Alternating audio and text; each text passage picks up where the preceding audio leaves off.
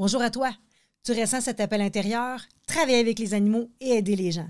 Tu as accumulé des expériences de vie, une connexion profonde avec les animaux, puis maintenant, tu veux en faire une vraie carrière en zoothérapie.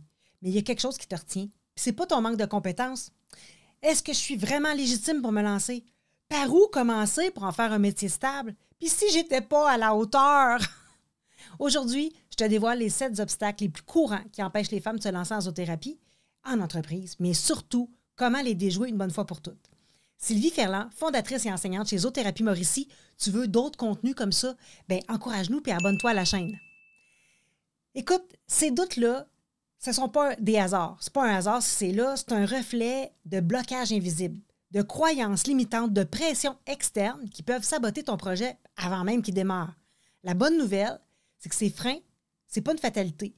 C'est une fois que tu les as identifiés, tu peux les comprendre, les contourner puis avancer avec confiance. Alors, 1. Le syndrome de l'imposteur. Qui suis-je pour me lancer en zoothérapie?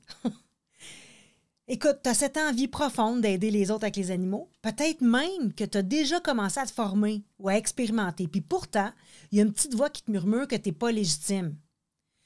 D'autres sont bien plus qualifiés que moi, Sylvie. Hey, Sylvie, si on découvrait que je ne suis pas à la hauteur. Hey, Sylvie, je devrais sûrement savoir plus avant de me lancer. Pourquoi c'est un piège? Le syndrome de l'imposteur touche les personnes les plus compétentes et passionnées. C'est pas le manque de capacité qui crée le doute, mais la peur de ne pas être assez. Ça, c'est souvent alimenté par une éducation qui peut avoir mis l'accent sur la perfection plutôt que l'évolution. Un manque de modèle féminin avec audace, un manque de modèle lorsque l'audace est nécessaire. Une habitude peut-être que tu as à sous-estimer tes propres réussites et à surestimer celles des autres. La vérité, c'est que les personnes les plus qualifiées doutent souvent. Tandis que celles qui n'ont aucune compétence, souvent, ils vont se lancer sans hésitation. C'est quoi la différence? Bien, elles osent avant de se sentir prêtes. Comment te libérer de ça, enfin te sentir légitime? Crée une boîte à succès. Note toutes tes victoires, qu'elles soient petites, qu'elles soient grandes. Chaque témoignage positif, chaque moment où tu as aidé quelqu'un, accompagné quelqu'un, puis relis-les régulièrement. Aussi, reprogramme ton discours intérieur. Chaque fois que tu te dis « je ne suis pas assez », remplace ça par « je suis en train d'apprendre, je suis en train de grandir », parce que la progression, elle compte bien plus que la perfection. Je te dirais aussi « agis avant de te sentir prête ». Parce que la confiance, ça vient après l'expérience, pas avant. Fait que ose poser des actions, même si elles sont imparfaites. C'est pas la préparation qui donne la légitimité, mais l'action. Rappelle-toi, tu ne dois pas être parfaite pour être compétente. Fait que si tu ressens cette peur, c'est justement parce que tu prends les choses au sérieux. Mais la vraie question, c'est vas-tu laisser ce doute décider pour toi? Numéro 2, la peur du rejet et du jugement. Qu'est-ce qu'ils vont penser de moi si je me lance là-dedans? Tu rêves d'exercer en zoothérapie, mais dès que tu envisages d'en parler autour de toi, il y a un doute qui monte. Si mes proches ne comprenaient pas mon choix, qu'est-ce qu'ils vont dire mes collègues, ma famille? Puis si je me trompe, on va me juger. Écoute, t'hésites à te montrer, à parler de ton projet, à t'affirmer, par peur d'être critiquée ou par peur d'être incomprise. Pourquoi c'est un piège? Bien, depuis toujours, les femmes ont été socialement conditionnées à rechercher l'acceptation pendant des siècles. À être acceptées dans un groupe, un clan, c'est une question de survie. Mais le problème maintenant avec ça, c'est que dans le monde d'aujourd'hui, cette peur du rejet te freine bien plus qu'elle te protège. Elle t'empêche de prendre des risques, de parler de ton projet avec confiance, mais surtout d'aller chercher les opportunités que tu mérites. Fait que regarde autour de toi.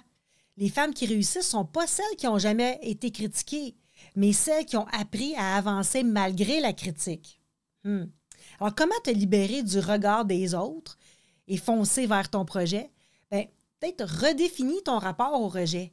Tu sais, un non, une critique, ça ne définit pas ta valeur. Souvent, il s'agit des peurs et des croyances des autres, pas des tiennes. OK? Maintenant, visualise le pire scénario. Écoute, si tu oses parler de ton projet et que quelqu'un te critique, qu'est-ce qui va se passer vraiment? Écoute, dans 90% des cas, il ne va rien se passer de grave, là. Cette peur est souvent bien plus intense dans ta tête que dans la réalité. Je te dirais, pratique le challenge inconfort. habitue-toi à sortir de cette zone-là de confort, mais en douceur. Tu sais, commence petit. Parle de ton projet à quelqu'un de bienveillant en premier. Quelqu'un que tu es presque sûr qu'il va faire « wow », tu sais, qu'il va t'écouter. Augmente progressivement. Publie sur les réseaux. Parle de ton projet en public. Puis observe. Parce qu'écoute, la plupart du temps, les gens, ils réagissent bien mieux que qu'est-ce que tu imaginais.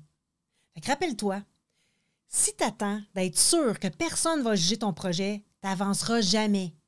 Si tu n'oses pas prendre ta place, quelqu'un d'autre va le faire à ta place.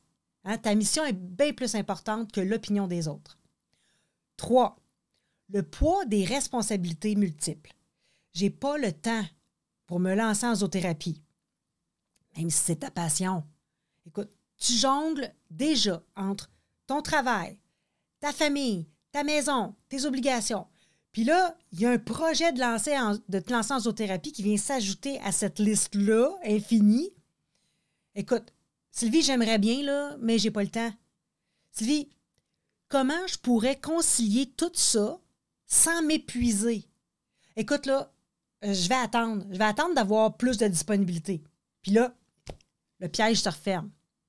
Pourquoi c'est un piège? Bien, depuis toujours, les femmes portent une grande charge mentale.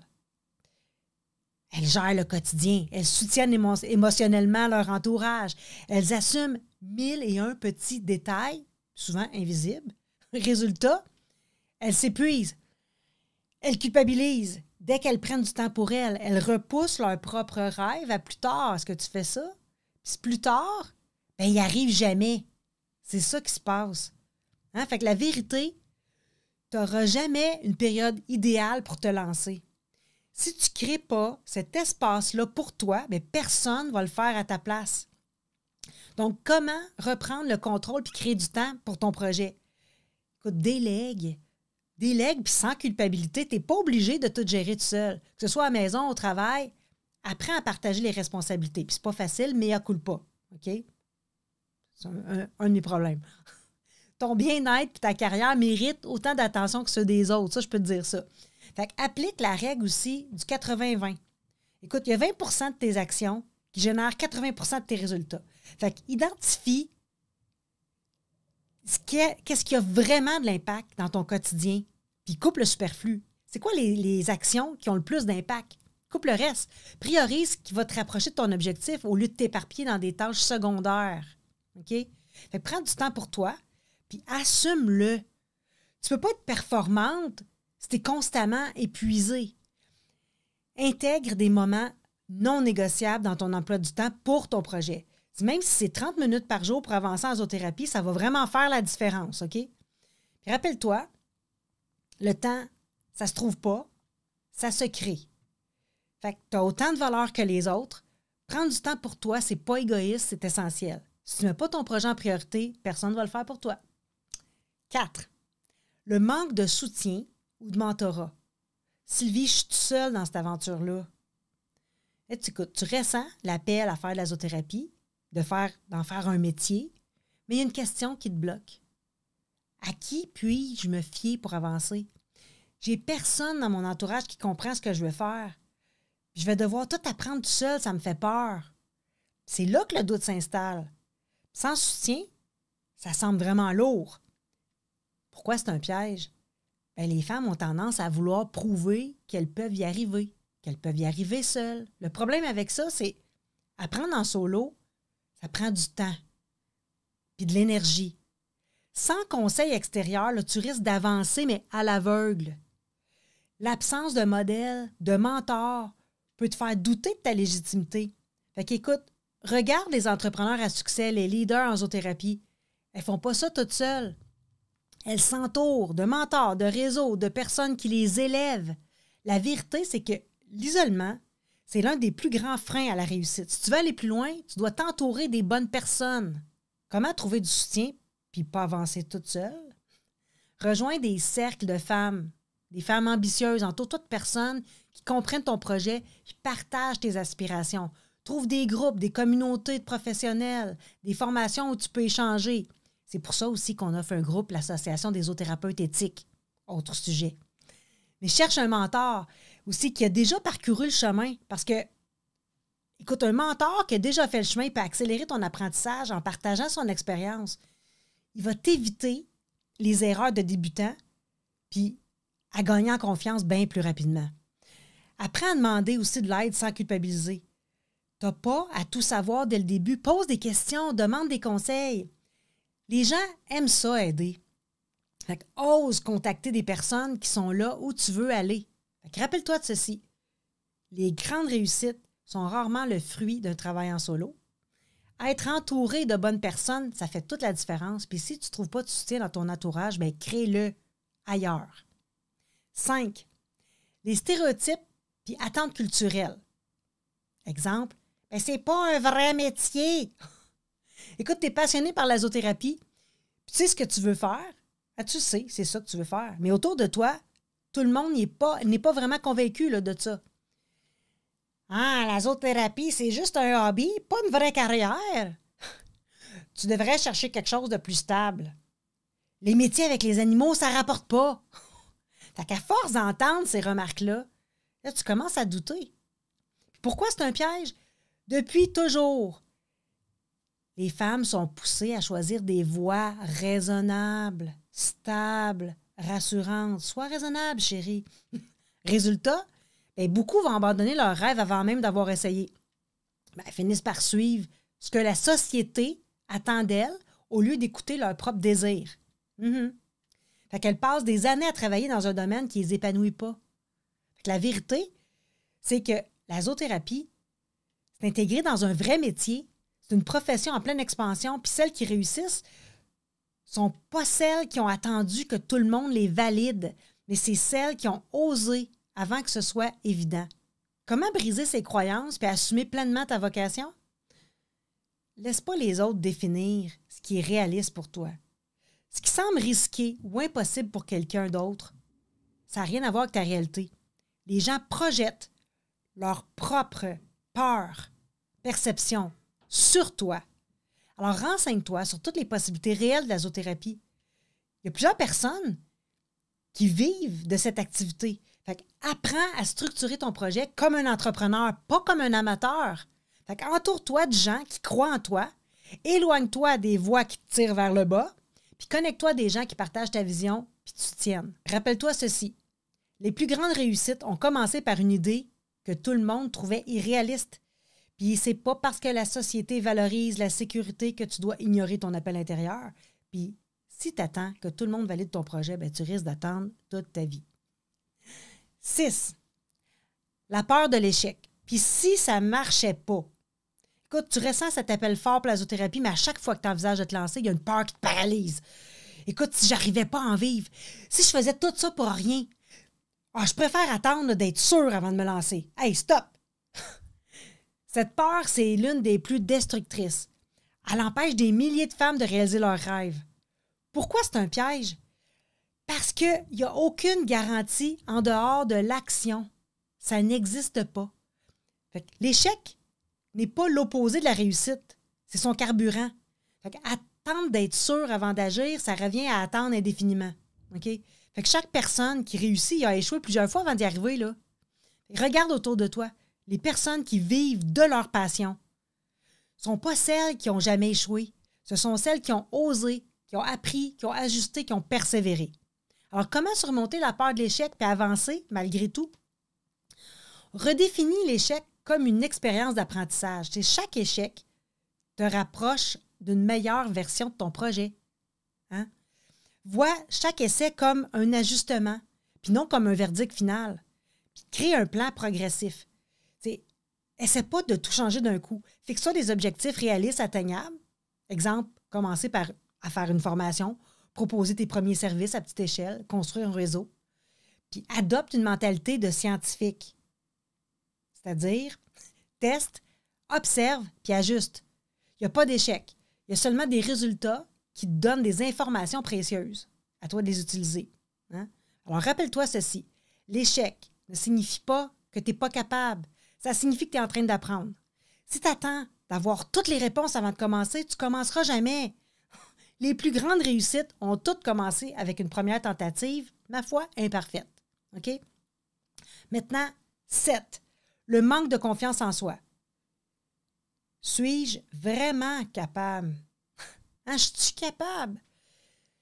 Tu as tout pour réussir en zoothérapie. La passion, l'envie, la connexion avec les animaux, mais il y a une barrière invisible qui te freine encore. Il y en a d'autres qui sont sûrement bien plus qualifiés que moi. Je ne suis pas assez expérimentée pour en faire mon métier. J'ai vraiment peur de ne pas être à la hauteur. Puis là, le plus grand piège mental se referme.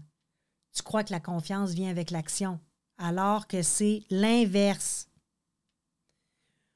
Pourquoi c'est un piège? Bien, parce que la confiance, ça ne tombe pas du ciel. Ça ne vient pas en avant que tu te lances. Ça vient pendant que tu avances. Tu ne peux pas attendre de te sentir prête. C'est l'action qui crée la préparation.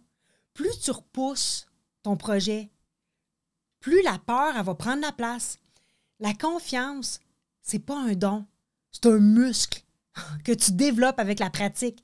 Regarde les femmes qui réussissent en zoothérapie, ne sont pas forcément les plus qualifiées dès le départ. Ce sont celles qui ont osé faire le premier pas, même si elles doutaient. Alors, comment renforcer ta confiance puis te sentir légitime, enfin? Bien, passe à l'action avant de te sentir prête. La confiance, ça va venir dans le mouvement, pas dans l'attente. Puis lance-toi petit à petit, une première séance, un premier témoignage, une première opportunité, puis tu verras que tu es déjà capable. OK? Rappelle-toi de tout ce que tu as déjà accompli. Pense aux défis que tu as relevés dans ta vie. Puis si tu as réussi ailleurs, bien, tu peux réussir ici aussi. OK? Adopte la posture d'une professionnelle, même en début de parcours. Agis comme si tu étais déjà en route. Présente-toi comme une future zoothérapeute. Parle de ton projet avec assurance. Plus tu te vois comme une professionnelle, plus les autres vont te voir comme ça. OK? Alors, rappelle-toi, la confiance ne vient pas avant l'action, elle vient avec l'action. Les personnes qui réussissent ne sont pas forcément celles qui doutent le moins, mais celles qui avancent malgré leurs doutes. Tu ne crois pas encore à toi à 100%? Bien, commence quand même. La confiance, elle va suivre. Écoute, en conclusion, lutte pas contre ces obstacles-là. Transforme-les en atout, parce que c'est loin d'être une fatalité. Ces pièges-là peuvent devenir des tremplins vers la réussite, mais à condition que tu décides de les surmonter. Le moment d'agir, c'est maintenant. Alors, pour toi, lequel de ces 7 obstacles te freine le plus? Partage ton expérience en dessous, j'ai hâte de te lire, puis écoute, ton succès commence aujourd'hui. Eh oui! Au revoir!